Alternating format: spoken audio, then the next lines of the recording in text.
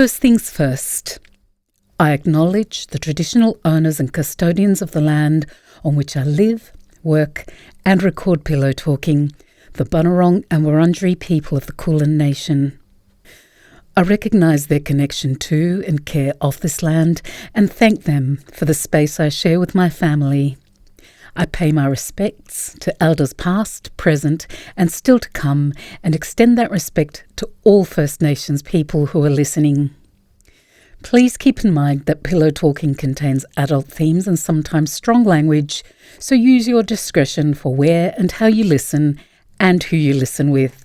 And another thing to keep in mind, even though I call my studio the Cone of Silence, it isn't actually a cone of silence.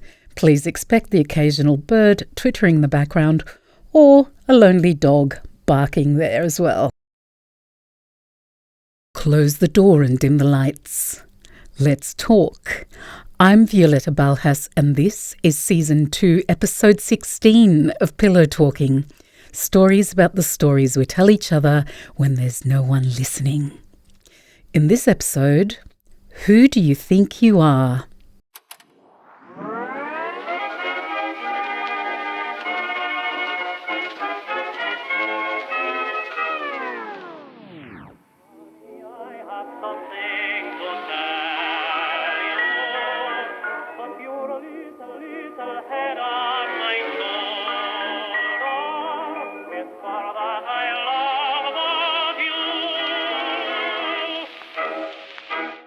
Who do you think you are? I remember a long time ago Oprah saying that we should look at ourselves in the mirror regularly and ask that question and then pay close attention to the first thing that pops into your head or out of your mouth, because it's bound to be revealing. I have to admit, this is something I've done a few times through the years and received a different answer each time. Maybe it's growth. Maybe it's just the way I was feeling that day. Or maybe it's the part of my personality currently dominating. Or maybe it's having heard Alanis in the radio in the car that morning and having it pop into my head that I'm a bitch, I'm a lover, I'm a child, I'm a mother, I'm a sinner, I'm a saint, I do not feel ashamed, I'm your hell, I'm your dream, I'm nothing in between. And hopefully not all of them at the same time. Not just for my sake, but for the sake of the guy I live with. Because it's one thing to ponder your identity while looking in the mirror, but another thing altogether to ponder it while looking into someone else's eyes. Who are you with that person? Who are you to that person? Who are you after that person? My last episode, Suddenly Strangers, is kind of a companion piece to this one. In it, I mentioned that identity and relationships are inextricably entwined. You could even say, like some relationships experts say, that functioning relationships create a third identity. There's the you, there's the me, and there's the us. In these stories, identity appears as a loving assertion after a morning spent apart, as a secret revealed in sleep, as the negotiation at the start of a relationship, and as a crisis, when a third party in a single weekend makes this one storyteller question everything about herself and her marriage. These conversations all happened in the intimacy of the bedroom. Shh, let's listen.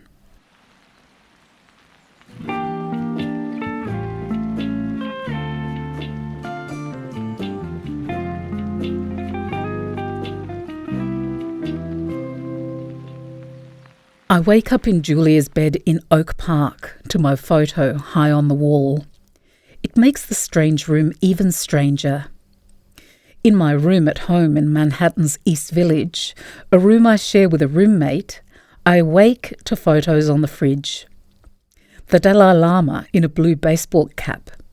Composer Philip Glass hugging wheelchair-bound painter Chuck Close. There are no photos of myself. There are stacks of books and papers by my bed, unruly self-portraits. Julia sleeps beside me, head softly against her arm, the way a little girl might sleep. Julia is 77. There is a constriction in my stomach when I look at her. I want to make morning love to her, but I resist waking her.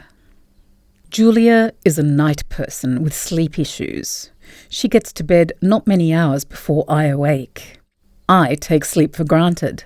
I hit the pillow and I am out.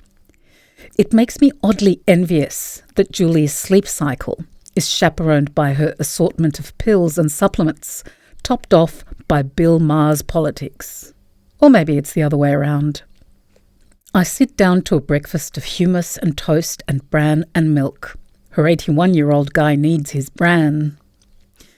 While eating, I read Julia's sinfully clean copy of Joel Hoffmann's abstract novel, Curriculum Vitae. She bought it because I raved about it. She abandoned it after just a few pages. My copy at home is greyish-black from 12 years of finger parks and embedded food particles. Hoffmann's collage of fragments make me happy. There is no limit to the beauty of things that are sad, like old clay vessels or a wagon's shaft in a junkyard. Every year the plum trees flower anew, and people whose names are Stiassny or Dehaan open doors and close them. I sit down with my squares of writing paper and try to get a poem going. Some broken edges of imagination stir in the right places, but bottom out almost immediately. I take myself to Trader Joe's, located in a cul-de-sac off North Marion. I fill my basket with dark chocolate, milk, strawberries, ground turkey, long fingers of ginger. I love having flotillas of helpful, youthful employees swarm around me like butterflies. They are trained, I imagine, to be on the lookout for the needy-looking shopper. My puckered bewilderment spurs these sons and daughters of the Midwest to accompany me wherever I go. An elderly New Yorker acclimated to invisibility, I am abashed to find myself in this fairyland of kindness. I am overtaken by a kind of giddy paranoia. Have the workers collectively taken note of my ill-fitting upper denture, or a hand tremor I might be unaware of? After shopping, I walk. The ritual of walking punctuates my day. It is a ritual I share sparingly with Julia, who 3 years ago developed a vestibular disorder that affects her balance and keeps her mostly housebound. I enjoy collecting details to entertain her when she awakes. The stupendous diversity of Oak Park trees, for one thing. The regal Prince Oak, the shamrock linden, the accolade elm, the autumn splendour buckeye. In front of my tenement on East 3rd Street, there's only the starved sapling. After Oak Park, it kills me to look at it. Julia signals the resumption of our relationship at about 11. She rises, renewed from her bed, showering, dressing, putting in her contacts. I catch up with her in the kitchen where she is busy boiling her 2 eternal breakfast eggs. I give her a kiss and tell her of my wanderings. All my tree talk amuses her. "You are a New Yorker," she cries, as if my city were a barren wasteland. Julia once lived in New York, hated it, found it soulless, heartless. She extends it no charity. I remember to tell her I visited Tim. Tim Fisher, her husband of many years, died of brain cancer. Julia had a swamp cypress planted in his memory in Scoville Park, which houses the town's war memorial. On the plaque commemorating its World War I veterans, my eyes always glom onto the same name, E. Hemingway. Hemingway didn't like Oak Park, Julia informs me. "Wide lawns, narrow minds," he said. When she is ready, we go for a walk. Her feet are stiff, painfully aimed. They tell a partial truth. When we come back, she peels off the bed covers. Her bedroom, even in daylight, is shadowy. Her flat, with its many windows, give you nothing to see. Except her. moving her slender arms slowly like a novice in a monastery. She moves to no one's rhythms but her own. I remove my shoes. I've done enough walking for the day. I slip my arm around her waist, for years untouched. Your skin is so young. That pleases her. My lover, she says. Your lover, I say, but not your morning lover.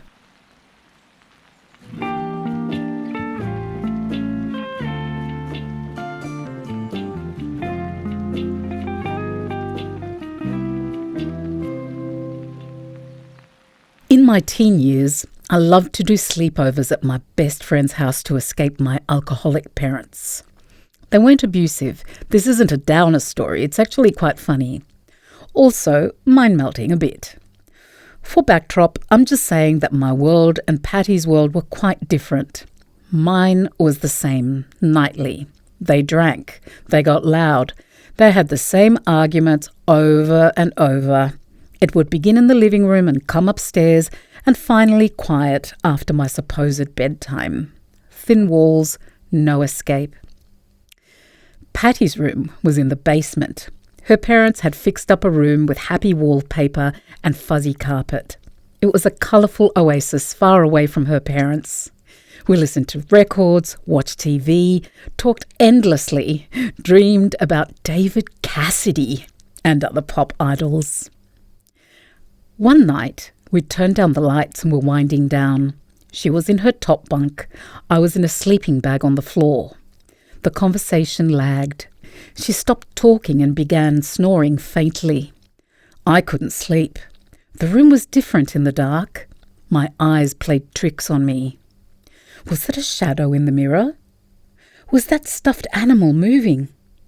No, just eyes playing tricks. And then all of a sudden, Patty sat bolt upright in bed, back stiff and straight. She looked in my direction and said, in a defiant and declaratory tone, "Well, I'm Jana of the jungle." As if I'd been arguing, as if we'd had a conversation, as if we'd been talking about anything even related to role-playing or Tarzan. In fact, I don't think I'd ever even heard of Jana of the jungle. Tarzan's woman was Jane. Even now I'm not sure who Jana is. And just as abruptly as she'd sat up, she fell straight back down on her pillow, like a tree falling. "Okay," I said, feeling an urge to respond or defend myself. Her tone had certainly been challenging. Soon she resumed the light snoring. I stayed up a while longer pondering this, dying to know what she was dreaming about, wanting to ask questions. Of course, when I told her the next morning, she had no recollection of it at all. It's been about 40 years since I was challenged by Jana of the jungle. Hadn't thought of it until the pillow-talking prompt brought it back. Who are we really? We are the stories we tell ourselves. We are other people in our dreams. Brave, frightened, powerful, scared, curious. I lost touch with Patty ages ago, but now I wonder, is there a little glimmer of Jana of the jungle still in her? Pondering this, a simple stroll through the grocery store will be somehow mystical. So many strangers harbouring other personalities inside. Me too.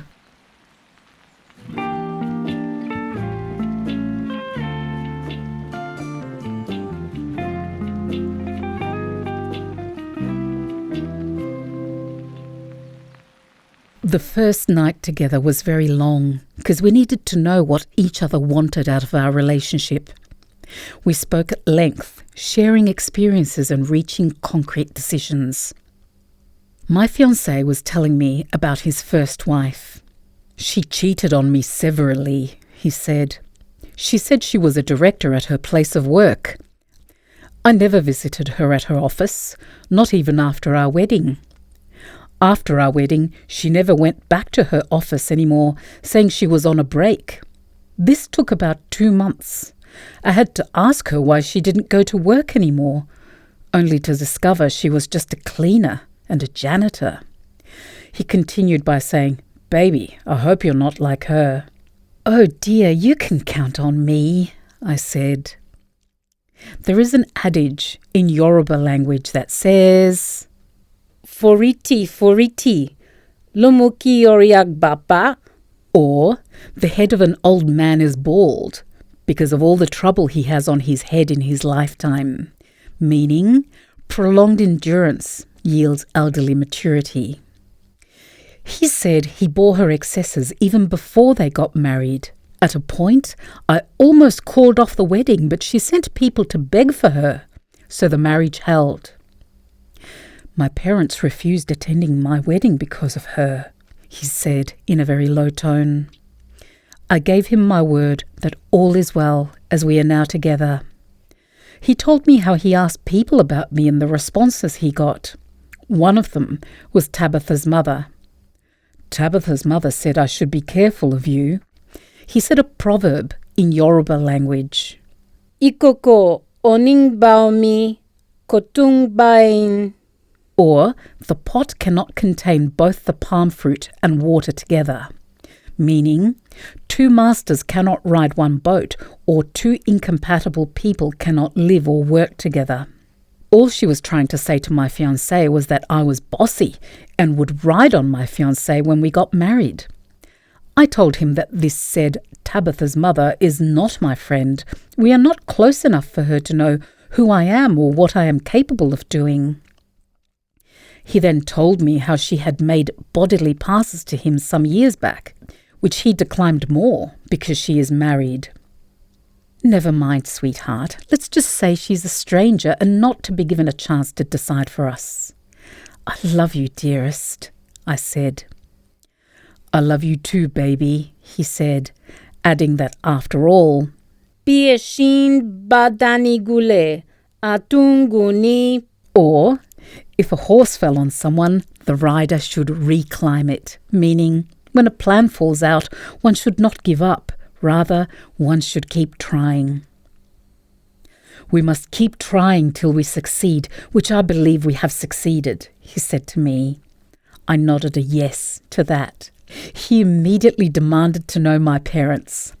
I will make an email to your parents tomorrow to ask for your hand in marriage, 'cause we are not getting any younger, he said, backing it up with another adage in Yoruba language saying, besides,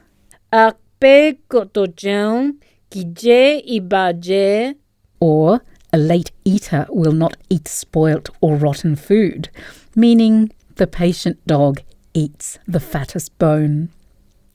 We have both waited patiently to find each other as the best couple. We hugged each other. In the next 4 months, we got married, and it's been great with him by my side.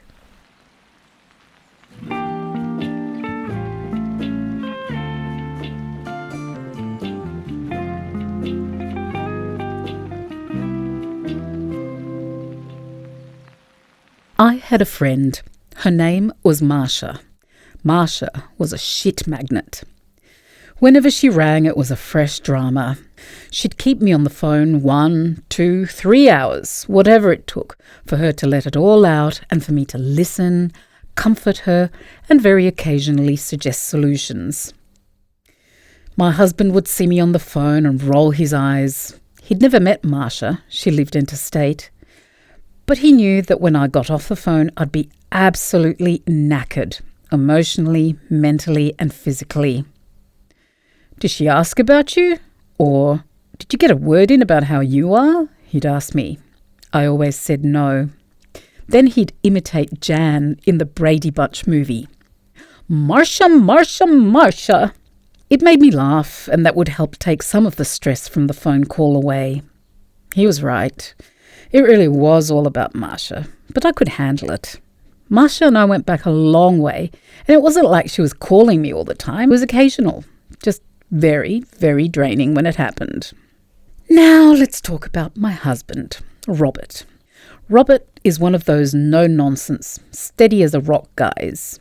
He didn't muck around and didn't like people who did. He didn't like flighty women. In fact, he liked them strong and independent. His mum had gone into politics when he was little, and she was a formidable woman, so it wasn't a surprise, really. When we met, he was impressed with the fact that I ran my own very successful business, and that I'd started it before I even graduated from uni. I'm as romantic as the next woman, but I'm also a realist and a feminist. I wasn't looking for a Prince Charming when we met. I didn't need rescuing from anything. I was looking for my partner, my equal. And that was the basis of our marriage. It was a marriage of equals. We supported each other, but didn't pander, didn't baby each other. And Robert had this thing whenever I had a problem, like with the business. He would ask me a series of questions, really insightful, incisive and intelligent questions that almost always made me come up with the solution to the problem. By the way, he still has this thing. We're still together, even though this event made me wonder for months if we should be. Hopefully all of this gives you an idea that I had a complete sense of myself and who I was in my relationship. Marcia had something to do in Sydney and in her way asked whether she could stay with me for a few days. And by in her way, I of course mean that there was a sob story involved about needing to travel and how difficult it was to do with her own husband's business going through a rough patch and having a cash flow problem. So I offered the spare room. Mi casa, su casa. The 3 days she spent at mi casa were enough to question my marriage. But more than that, way worse than that, it made me question myself. Can 3 days cause an identity crisis? They can. And they did. It was beautiful weather. And of course, when you run your own business, you know that the beautiful day when you have a house guest will be the day that there's some sort of emergency that your staff can't deal with. Only you will do. Before I excused myself with Marcia, I asked Robert if he could entertain her for a couple of hours. He mouthed out, "Marcia, Marcia, Marcia," but winked, gave me a kiss and a smile, and told me not to worry about it. Luckily, I was able to do this work from home. My office faces our beautiful backyard, so that when I work from home, it's not so bad. So, while I was putting out work fires on the phone and on the computer, I was able to look out at Marcia and Robert in the backyard. He brought out drinks and they sat in the Balinese hut near the pool, deep in conversation. It was nice, and I was proud of Robert and of how he could converse like this with someone he'd only just met. Fast forward to that night in bed, when instead of lying straight down like he normally does and falling asleep in a nanosecond, he sat against the bedhead and said, "We need to do something about Marcia." I said, "Baby, I know she can be a bit much, but I promised her she could stay." He said, "No, I mean about her situation." "What situation?" "Do you know how unhappy she is?" I narrowed my eyes at him. Was he fucking kidding me? Did I know? After all the hours of listening and emotional energy spent on those interminable phone calls? The big fat nothing she ever did about any of the tragedies that fate singled her out for out of all of the people on the planet? Really? Marcia, Marcia, Marcia? He continued, "That husband of hers sounds like a real prick. He makes life unbearable for her." He lowered his voice and whispered, "She told me that sometimes she doesn't feel like she can go on." I reminded Robert that Marcia and her husband had been married 3 times as long as we had, and they'd ridden out many storms, so whatever it was would blow over like it had so many other times before. And besides, Marcia's Instagram feed was about 90% composed of happy couple selfies. I know social media isn't real life, but when every other day you're posting about how this man completes you and your soulmates and yada yada yada, there's a limit to how seriously you should take this. It was as though I hadn't said a word. It was as though I didn't know this person I had in fact known my entire life, and it was he who truly knew her, even though they'd only just met. He was coming up with a list of things we could do for her, and I was just too stunned to suggest that maybe he should ask her insightful, incisive and intelligent questions like he did with me. Eventually I suggested it was too much to think about so late at night, and we went to sleep. But in the morning, everything had changed. Robert was a different Robert. He took over breakfast, set the table and everything, and even had a flower from the garden in a vase. He became not just solicitous, he was buzzing around her like a drone for whatever she might want or need. She couldn't open a door for herself, get herself a glass of water, work out the best route for her to take to her appointment in the city. Do you need more of this, Marcia? How about that, Marcia? Marcia, would you like help? Marcia, Marcia, Marcia. And Marcia, she was, I don't know, I want to say girlish? Like with me, she was normal. But the coy smiles she gave Robert to thank him, and how her voice dropped a little in volume and raised a little in pitch, made me want to slap her. And I wanted to slap Robert too, out of whatever trance he was in. In the bedroom that night I mentioned it to him. He couldn't see it and said he was just being a good host. I told him that I also like to get waited on hand and foot now and then. And then he said the thing that crashed my world. You can take care of yourself. But Marcia, she's fragile. It mightn't have crashed my world if it didn't look to me like Robert was glowing when he was waiting on Marcia, like it made him the happiest of men to serve a fragile flower of a woman. And I thought, after all this time together, did he want to be a Prince Charming after all? All the times he told me he loved me for the strong and independent woman I am, did he mean it? Or was he saying it because it was what he thought I needed to hear, because that's what and who I am? Had he wanted a damsel in distress all along? The rest of that long weekend was interminable. First because I felt like a third wheel. A Prince Charming and a damsel in distress are a perfect bubble. Nothing else enters that bubble unless it's a wicked stepmother or a witch or an inoffensive sidekick like a dwarf. Second, my husband was responding in a way I'd never seen before to a woman who's completely different to who I am. And who and what I am was not just neglected that weekend, but dismissed and displaced. What I thought were the foundations of this relationship were rocked to the core. Suddenly, I didn't know who we were anymore and who I was supposed to be because of that. I managed to be nice to both of them, if somewhat quiet, until Marcia left. I even managed to hold down my breakfast at her Instagram feed a couple of days later. Shots of my pool taken between her two knees as she lay on one of my sun lounges, a cocktail made by my husband with my booze in her hand. And immediately after that, a selfie of Marcia and her husband, the caption, "Together again, 3 days away from you is an eternity, my love." Robert was now back in the land of our marriage and noticed that I wasn't talking much. He was completely different to what he'd been like the past 3 days, back to his old self. But I couldn't be bothered with him, could barely look at him, and I couldn't even raise the issue with him because I couldn't bear the thought of him denying everything I'd seen. I didn't just feel hurt, I felt damaged. There was a conference I wasn't going to go to that week, and I decided to go. To make it up to my 2IC, who was meant to be representing the business, I upgraded her hotel room to a suite next to mine.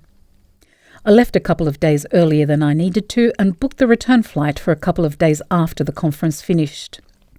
When Robert rang me, I kept our conversations short and top level. One night I had too much to drink and flirted with another CEO who'd also had too much to drink. Somehow, through the fog of too many appletinis, I realised that anything I did with this CEO would only threaten my marriage and sense of self further, so I went up to my room before I could do any damage. But instead, I somehow made my way to my 2IC's suite and ended up weeping incoherently on her bed while she rubbed my back and said that men are bastards. I guess that was my fragile Marcia moment.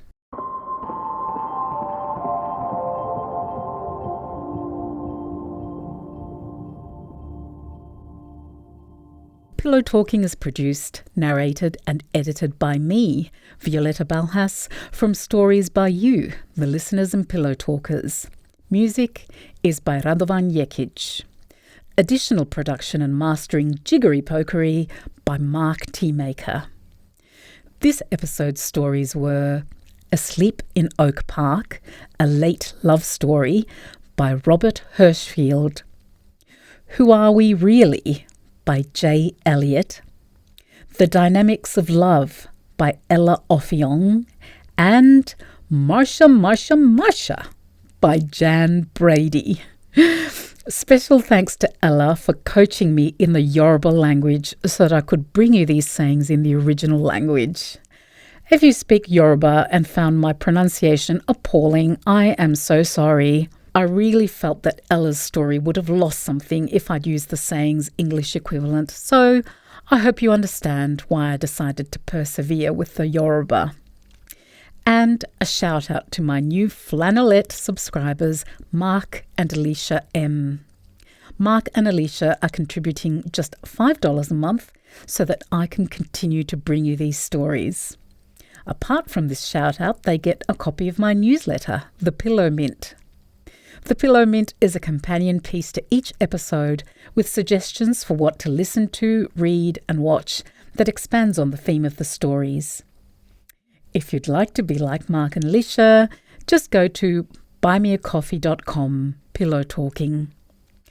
Another way you can support is by letting people know about it, whether it's recommending it to a friend, a lover, a family member, or your social media contacts, or, like one of my lovely colleagues did, your mother-in-law. And of course, please rate and review on your podcasting platform because those little stars and sentences make a massive difference. And of course, the other way to support Pillow Talking is by submitting a story of your own. You can submit a story to any theme, anytime, or to one of the upcoming themes. You can check out themes and send in your story at pillowtalkingproject.com under the Share Your Story tab. We pay for stories, and if you'd rather pay it forward, you can do that too.